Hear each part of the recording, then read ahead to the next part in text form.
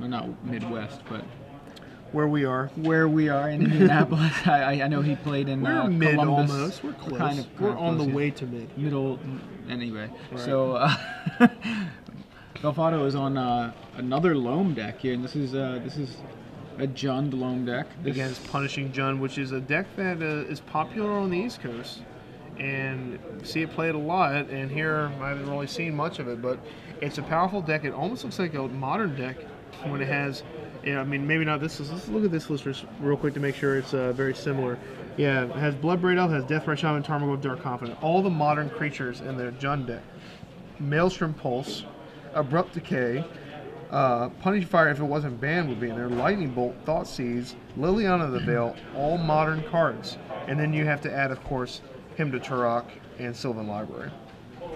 Yeah, Belfatto on, it's basically another Jund deck, and, relying on 4 copies of Life from the Loam. This particular version does run 1 copy of Seismic Assault, which we did not see in the earlier Loam list. Just as another win condition, he's got Deathrite Shaman, Eternal Witness, Tarmogoyf, and Dark Confidant as his creature suite. Something I want to point out about Deathrite Shaman here, and you're seeing this, we're seeing this match, is a lot better in Legacy than Modern because there's always a fetch land to be had. Absolutely. Okay, so we're at the point of the game where looks like Michael has lots of land and Tony has no lands. So looks like Wastelands have done their job. And Michael's cycling a Tranquil Thicket after Tony resolves a Dark Confidant. He's going to dredge here, I think. Tony up a game here. Interesting, I didn't fan out his graveyard. Almost all these dredge decks do because you don't want to miss cards in your graveyard that you hit. You really have to have a stellar memory. So he dredges up that Life from the Loam, hits Liliana, Tarmogoyf, and Abrupt Decay. So Money those spells. are some cards he would like to have, but he does have an additional Abrupt Decay in hand that he uses to take out that Dark Confidant, and now casting Life from the Loam and bringing back some of those lands. The old Ancestral Recall. 4 lands. Yeah.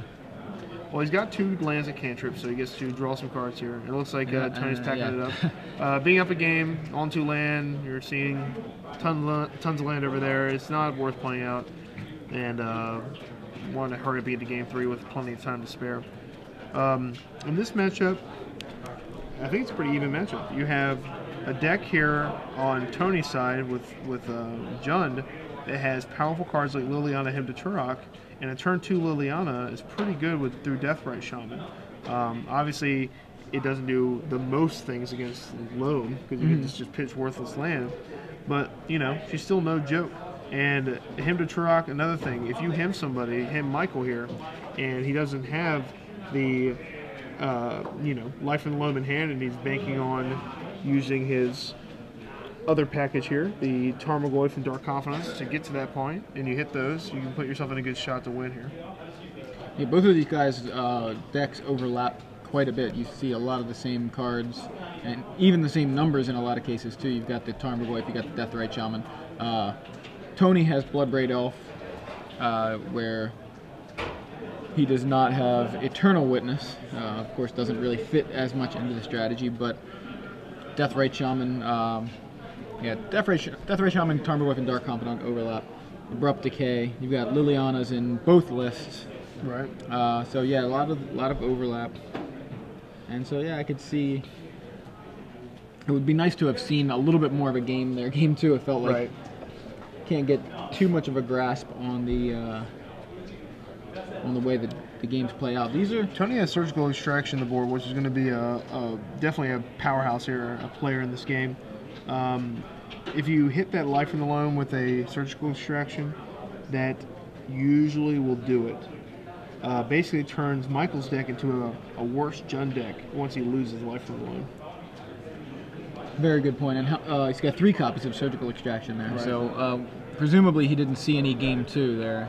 We didn't see any indication that he had one. Right, and he actually has his own copy of Life in the Loam to use with his Wastelands or main deck. And a lot of these decks that play 3 Wasteland main, they usually play the Life in the Loam in the main deck, even the 1-up. Legacy has a unique avenue for victory when it has just the fact that you can just play Wastelands and then just take away somebody's ability to cast their spells without casting a spell to do it. Right. Is a pretty integral part of the format. It honestly is a good control. Otherwise, people would just go willy-nilly with their dual lands and play whatever they want. So. Yeah, absolutely. And we've heard similar kind of discussion surrounding Modern being so, with all the fetch lands and the shock lands, and you have these mana bases that are, just original duels short of legacy, really. Right, and so you have these crazy mana bases that people can stretch, putting Lingering Souls in Jund, and for example. Right? Path to exile somebody and they just don't search for anything. Sure, so Path to Exile is pretty good in a format like that, but it you kind of feel like you want a Wasteland for Modern just because of that. But, Tectonic Edge is played, but turn 4 is no turn 0 here, turn 1. Right. So Payton is going to go ahead and mulligan here. He is on the play, so we're going to 6 on the play. It looks like Michael's keeping. Oh man, let's just see if his 6 here can combat a strong loam hand from Michael. Yeah, and he's on the play, so down a card on the play. He's going to need a reasonably strong opening. I do see a couple of, I believe he has at least 2 lands. I could be seeing it wrong. There's a tiny little window there of the screen. But I think he's got 2 lands. He looks like he's keeping. Okay, so he's got a turn 1 Deathrite Shaman from Payton. Yeah. Belfatto leads with a Tranquil Thicket. I see a Punching Fire in Belfatto's hand, so the Deathrite Shaman is not long for this world. Deathrite Shaman looks like it'd be a good answer for life or for Punching Fire, but it never will have the ability to do so. Really. Yeah, the opportunity usually has passed. By the time the Punishing Fire is in the graveyard, it's probably already cast. If he has a Grove, Tony's hand is Dark Confidant and Deathrite, so he's going to have to, but I think it's a Surgical, so he's going to be able to, once he used that Punishing Fire, be able to Surgical the Punishing Fires, and then be able to have a safe Dark Confidant. But then again, Michael has a load of cards. Who knows what he's holding here? So he does not have the Grove, goes with a turn 2 Tarmogoyf. After taking I'm not sure a what little bit of lands hit Michael from has here. Does he? I see Liliana. I see Punching Fire. I see one other land. I think it looks like another interesting. It's a little Wasteland. Okay, so he has a lot of colorless land. Well, Tony's got Grove. Oh, he has his own Grove, and this is gonna be the first time a Tarmogoyf has got Punching Fire. I think. Yeah. Legacy. So Punishing Grove combo from Tony Payton. That is a rarity. I have never seen that personally. Well, that's a little tiny Tarmogoyf, so it was right in the line of fire. I don't remember seeing that in Legacy. And look at that, Tony's going to go very aggressively removing the Tarmogoyf. Oh no, because Tarmogoyf, you can beat Tarmogoyfs. And he's going to show a hand triple Liliana, Life from the Loam. Then again, Michael's hand is really bad because he had his double colorless land. But the main thing about Michael's hand I don't like is the triple Liliana. Obviously, he kept it with 2 Lilianas, but after drawing that 3rd one, that's pretty bad. So Tarmogoyfs are gone. Do you think you would have done that? I wouldn't have used it on a Tarmogoyf. Tarmogoyf's just a dude. It's nice to take that out of the way, but I think, like you mentioned, Michael's deck kind of it doesn't need the Tarmogoyfs to win. Especially as a Deathrite Shaman in play, so you can actually control the graveyard size too. And the only way, maybe he had the read that Michael might have had another Tarmogoyf in hand, but I don't think so. I still don't think he'd do that. We'll see what happens. Michael drew for turn. Doesn't look like he has any plays besides Wasteland here and Wastelanding Tony, which you do because obviously your colorless green lands aren't that great. If I was Michael, I would have mulligan here. You can't really cast any of your spells besides Tarmogoyf. And I think Michael definitely Wastelands the right card there. Yeah. Because he can't... Well, actually, he can just use Deathrite Shaman and play Dark Confidant here, so Tony is just A-okay with that. And look at that Life from the Loam hanging out in Michael's graveyard. I mean, it's a nice juicy target for a Surgical Extraction. Right. Even though there's only one in his deck. I believe there's only one. God, if Tony had the Surgical Extraction still, he would hit that, and I think this game would be over. Did he attack and not play Dark Confidant? Can he play Dark Confidant? He could tap that for black? He could have. And play Dark Confidant. I believe just removed a land and played Dark Confidant. He did attack instead. For 1 damage? I believe so. So, Life in the Loam being dredged back from Michael Belfatto, and you know, it's very interesting. Yeah, actually, I'm sorry, I got the deck list mixed up. They were switched. Michael has 4 Life in the Loam, and of course that Surgical Extraction would have neutered Michael's deck.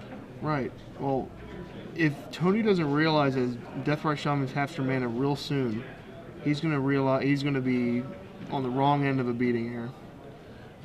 Top deck's a Lightning Bolt. Bolt. He lost his other land. Now so he lost his other late. land because Belfatto just used Life in the Loam to get back the Wasteland last turn after wastelanding Tony's 1 land. Tony has to be kicking himself. He could have Surgical Life in the Loam. He could have had a Dark Confidant in play flipping cards right now. And now instead, Michael turns this 2-land terrible hand into, you know, something. Yeah, he's got something to work with. He's in the Lightning Bolt here. Tony only has a 1/2. Right, he's going to bolt that 1/2 right here. So before he's going to do it before or Punishing Fire here before he realizes that the Deathrite can even do mana things. Yeah, Punishing Fire on the Deathrite Shaman. And Deathrite Shaman could have removed Michael's Wasteland too. Yeah. If he didn't attack. Could have removed Wasteland. Could have removed Life from the Loam. Oh man, this is rough. I think maybe Tony's a little flustered here. Yeah, I think he. Oh, he knows the didn't maximize that Deathrite Shaman. No, definitely not.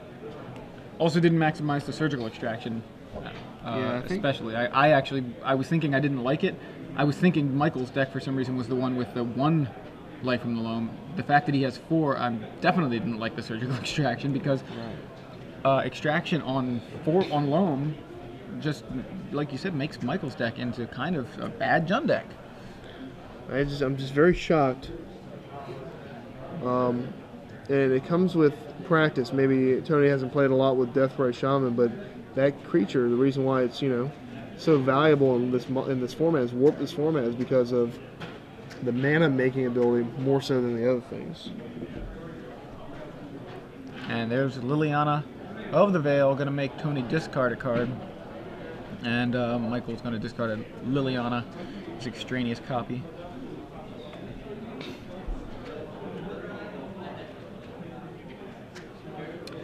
Tony's down to 1 land, facing a Liliana at 4.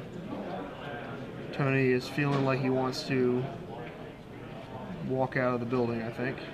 This is a rough when you're down in the land. I don't know if he realizes what could have been. And you see Life in the Loam dredged back yet again from Michael Belfatto. He's going to... he has the Life in the Loam back in his hand, another Wasteland in Belfatto's graveyard, so... Whenever Tony decides he wants to get a land, it better be a basic, and I don't know that he's got that many. Let's switch these because I keep looking at. I'm so used to lining them up with where the players are sitting. Sure. I get confused. 1 forest, 1 swamp. Those are the only basics in Tony's deck, so he's going to have to go for a swamp, basic swamp, really. Otherwise, he's going to get wastelanded further out of the game. So Liliana now on 5.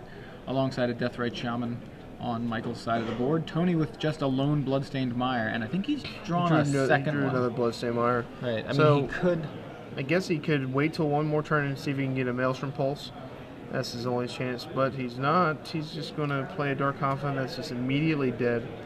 He knows Michael's hand. He knows he has Lightning Bolt. He knows he has Liliana at 5. So he's just throwing it out for slaughter, and then he's going to get wastelanded out of the game. Unless he gets forced.